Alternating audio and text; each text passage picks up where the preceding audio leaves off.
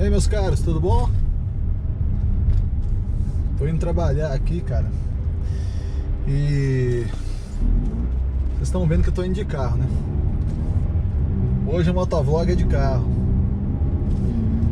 E aí fica essa pergunta: ô cara, mas qualquer chuvinha já te espanta? Você já larga a moto? Já faz motovlog já de carro? E eu vou falar pra vocês que sim, velho. Não tem aquela postura raiz de cara que anda de moto, independente de qualquer coisa, sabe? Tava vendo esses dias aí um vídeo do cara, uma chuva danada, o cara indo para o trabalho de moto.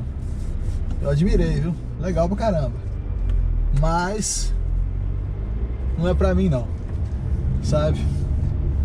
Eu prefiro, se o tempo permitir, eu vou de moto, se não permitir, eu vou de carro. E acaba que no meu trabalho eu tenho que andar muito também, então toda hora tem que sair, sabe? Então se tiver chovendo, é um estorvo constante, sabe? Então nesses dias em que tá chovendo é mais prático pra mim ir de carro. Então é por causa disso. O assunto do vídeo, eu acho que é um assunto muito legal, que é a pergunta: imposto é roubo? Sabe? É uma pergunta para a qual eu mudei de opinião ao longo do tempo. E eu queria falar desse assunto aí com vocês, né? Queria saber o que vocês acham também. De repente alguém levanta um ponto que eu não pensei nele, ou não li sobre. Eu tenho lido alguns livros que abordam esse tema, sabe? E realmente a minha postura mudou bastante ao longo dos últimos anos aí sobre esse assunto, bem como sobre vários outros também, mas sobre esse ela mudou muito fortemente. E aí eu tava pensando sobre isso, que eu ia fazer o vídeo, e eu lembrei de um podcast que eu tava escutando, né, esses dias, e o cara falando que ele não gostava tanto de opinar sobre assuntos que ele não tivesse um conhecimento mais aprofundado, sabe? Porque quando uma pessoa como eu, por exemplo, vai colocar sua opinião num assunto desses, logicamente e com muita, assim, razão, eu acho que a gente pode pensar o seguinte: porra, mas quem é você para falar disso, né? Que autoridade você tem para falar disso? E eu tava pensando sobre isso, sabe? E eu acho que realmente é lógico que tem certos assuntos que a gente vai deixar para a opinião dos especialistas. Porém, tem outros assuntos, como esse, por exemplo, que é um assunto que ele tem... Vamos nessa, galera! Que é um assunto que ele tem impacto direto na nossa vida, sabe? Todos nós pagamos impostos. Então a gente tem que ter uma opinião formada sobre isso. Eu acredito, né, que a gente tem que ter opinião formada sobre isso. Eu acho que é muito enriquecedor pra gente. E a gente vê o que a gente vai fazer em relação a isso nas nossas vidas. Que postura tomar. Por exemplo, se você acha que o imposto é uma coisa ética, você pode pagar até voluntariamente, mas aí já não seria imposto, né? Tem esse fato, né? Porque o imposto só é imposto porque ele é colocado de uma forma coercitiva, né? Daí o nome, né? Ele é imposto, né? Não é uma coisa que vem da sua livre vontade. Ele é uma coisa que é colocada sobre você e da qual você não pode escapar. Mas beleza, suponhamos que você concorde com os impostos. Você poderia pagar voluntariamente, teria problema nenhum nisso, né? Você não seria obrigado, ele não seria imposto a você. Por outro lado, se você não concorda eticamente com a questão dos impostos, você pode tentar não pagar.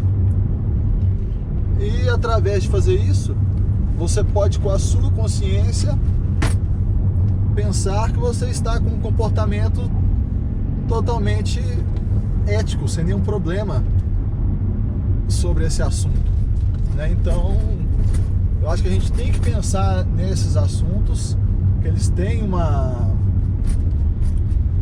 uma interferência na nossa vida, até para moldar as nossas próprias atitudes. Tem uma outra questão também que eu acho muito importante, é sobre essa questão dos especialistas, sabe? É lógico que existem pessoas que são estudiosas dos mais diferentes assuntos. Porém, o que acontece? Só pelo fato de existir essas pessoas, a gente não pode deixar de pensar sobre os assuntos, se a gente tem a vontade de pensar sobre eles, de opinar sobre os assuntos, de trocar ideias sobre os assuntos. E aqui, a minha proposta, a proposta do canal é bem essa. É tipo, uma pessoa, cidadão normal, pensando sobre os assuntos, opinando sobre eles e conversando com outras pessoas que têm essa mesma tendência, que têm essa mesma pegada, que são cidadãos e que querem pensar sobre essas coisas. Então beleza, então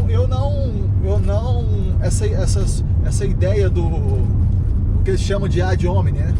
Que é essa ideia de tipo assim, você tem o direito de falar sobre isso, você é um especialista e tudo mais e tal. Eu não sei de nada a respeito disso. A única coisa que eu sei é o seguinte: eu pago muito imposto. Então, já que eu pago muito imposto, eu me sinto no direito de refletir sobre o assunto, sabe? E gostaria de trazer essa reflexão para vocês. Eu suspeito que vai ficar um vídeo um pouco longo, sabe? Mas quem puder assista, porque eu acho que o assunto é bem legal. Então tá, vamos nessa. Eu vou abordar o tema por dois caminhos: o caminho ético e o caminho da utilidade ou não. Vamos lá. Eu queria já tirar uma coisa da frente já de uma vez, que é o seguinte, sobre essa questão ética. Eu não vou entrar na discussão de ética e moral, o que é ética, o que é moral, esse tipo de coisa. Quando eu usar o termo ética, eu estou simplesmente me referindo ao que é certo ou ao que é errado, sabe? Quando eu estou falando que uma conduta é ética, é porque eu considero que ela é certa. Quando eu estou falando que uma conduta não é ética, é porque eu considero que ela é errada. Simples como isso. Não tem mais nada além disso para a gente trabalhar o assunto da forma que eu pretendo fazer aqui agora. Então vamos lá. Primeiramente, pensar sobre se o imposto seria uma coisa ética ou não. Então o que a gente tem que fazer para determinar isso? No primeiro momento, na minha opinião, eu acredito que é determinar se imposto é roubo ou não. Porque obviamente, se a gente considerar que o imposto é roubo, aí ele não é ético. E se a gente considerar que não é roubo, aí ele pode ser ético ou não, né? Mas tem a possibilidade de ser. Caso ele seja roubo, aí não existe nem a própria possibilidade dele ser ético. Então vamos lá. E o meu pensamento sobre isso, de uma forma muito prática, ele vai em torno do assunto da questão de o imposto não ser uma coisa voluntária. Você não tem a opção de não pagar o imposto. Você é obrigado a pagar. Caso você não pague, você vai sofrer com isso. Vão existir consequências. Vão existir coisas que vão acontecer. Você pode ter seus bens tomados. Pode acontecer várias coisas. Existe a possibilidade até mesmo da pessoa ser presa. Então você vê que existem sérias consequências. Você não pode fugir do imposto. Você consegue de alguma forma fugir, mas eles fizeram com que isso seja uma coisa ilegal. Ou seja, não existe escolha. você vai estar sendo uma pessoa fora da lei caso você não pague o imposto. Então, por esse motivo, por esse caráter coercitivo, inescapável que o imposto tem, eu o considero uma coisa antiética. Ou seja, eu considero sim que imposto é roubo. Porque se a gente for definir roubo em termos do dia a dia, em termos comuns, como que a gente pensaria? O que é roubo? Roubo é quando alguém tira algo que é seu, de você, sem o seu consentimento. E o imposto se encaixa nessa definição. A maioria das pessoas, a esmagadora maioria, se eles tivessem a opção, eles não pagariam os impostos. Então, isso aí fica mais do que claro, né? Então, se você vai para essa definição, você vê que claramente imposto é roubo. Você não pode fugir, você não pode deixar de pagar. Se caso você não pague, você vai sofrer consequências. Você pode entrar aí numa definição técnica.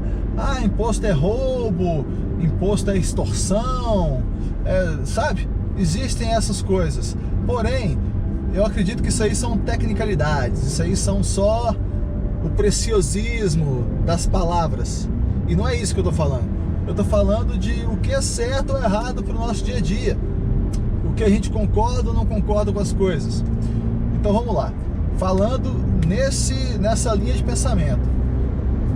Se o fruto do seu trabalho é retirado de você de uma forma coercitiva, sem o seu consentimento, e você não tem como escapar disso, claramente, imposto é roubo.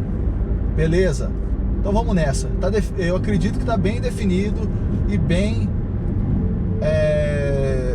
delimitado que imposto é sim roubo. E aí a gente passa para o que geralmente é chamado de argumentos utilitários. O que é isso? Isso é quando você fala basicamente, ó, eu entendo que é roubo, mas é necessário por esses e esses motivos. Ou tem gente que até fala diferente, tem gente que até fala, ó, não é roubo porque é necessário. E isso é uma coisa que eu considero ridícula, né? Porque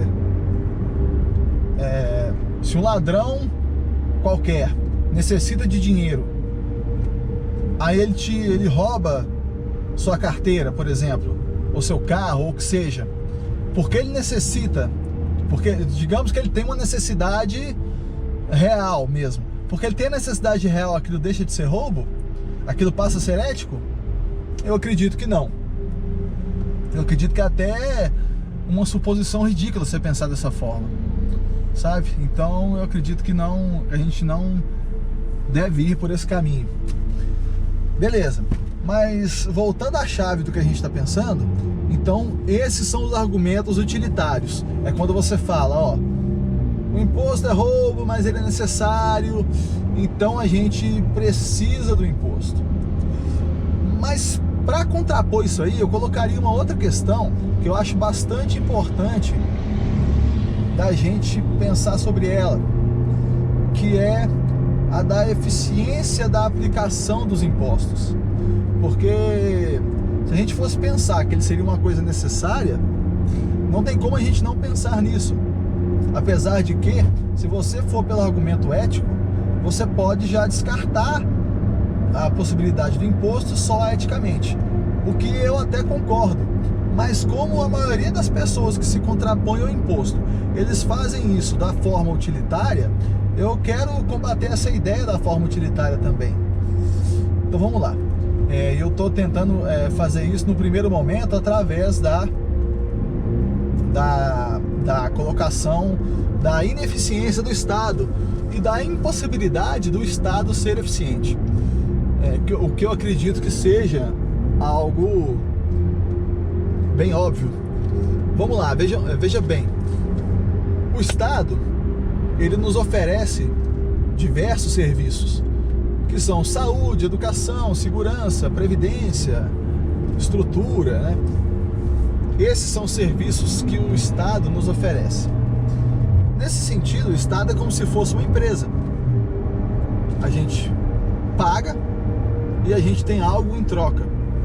Porém, ele difere de uma empresa e sempre vai diferir de uma empresa numa questão totalmente essencial, e essa mesma questão é o que sempre vai tornar o Estado não eficiente, que é o seguinte: você imagina, por exemplo, uma situação onde uma empresa que fosse te oferecer um serviço qualquer, ela pudesse pegar o seu dinheiro de forma coercitiva antes de te oferecer o serviço e depois ela pudesse entregar para você o serviço da forma que ela achasse melhor, e não fosse você que fosse fazer uma escolha voluntária para aquele serviço.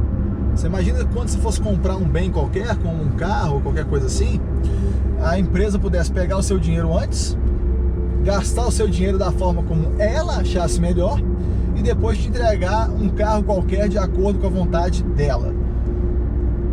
O que o Estado faz em relação a todos os serviços que ele nos presta é exatamente isso. Ele pega o nosso dinheiro antes, a gente não tem como fugir disso, e ele entrega os serviços para a gente depois da forma que ele quer. E entre o dinheiro sair do seu bolso e voltar em forma de serviços, você tem o Estado ali no meio. E isso é a pior coisa que poderia ter, porque como todo ser humano trabalha em termos de incentivos, o Estado, trabalhando dessa forma, as pessoas que compõem o Estado, elas nunca têm o incentivo para trabalhar da melhor forma possível, otimizando os gastos. Basta você perceber que, por exemplo, vou colocar um número aqui só para ilustrar o que eu estou querendo dizer. Basta você perceber que o orçamento total da saúde brasileira, ou seja, do SUS, gira em torno dos 100 bilhões de reais, ao mesmo tempo em que a aposentadoria e salários de aproximadamente 1 milhão de pessoas do governo federal gira em torno de 200 bilhões de reais, ou seja, o dobro do orçamento total da saúde brasileira.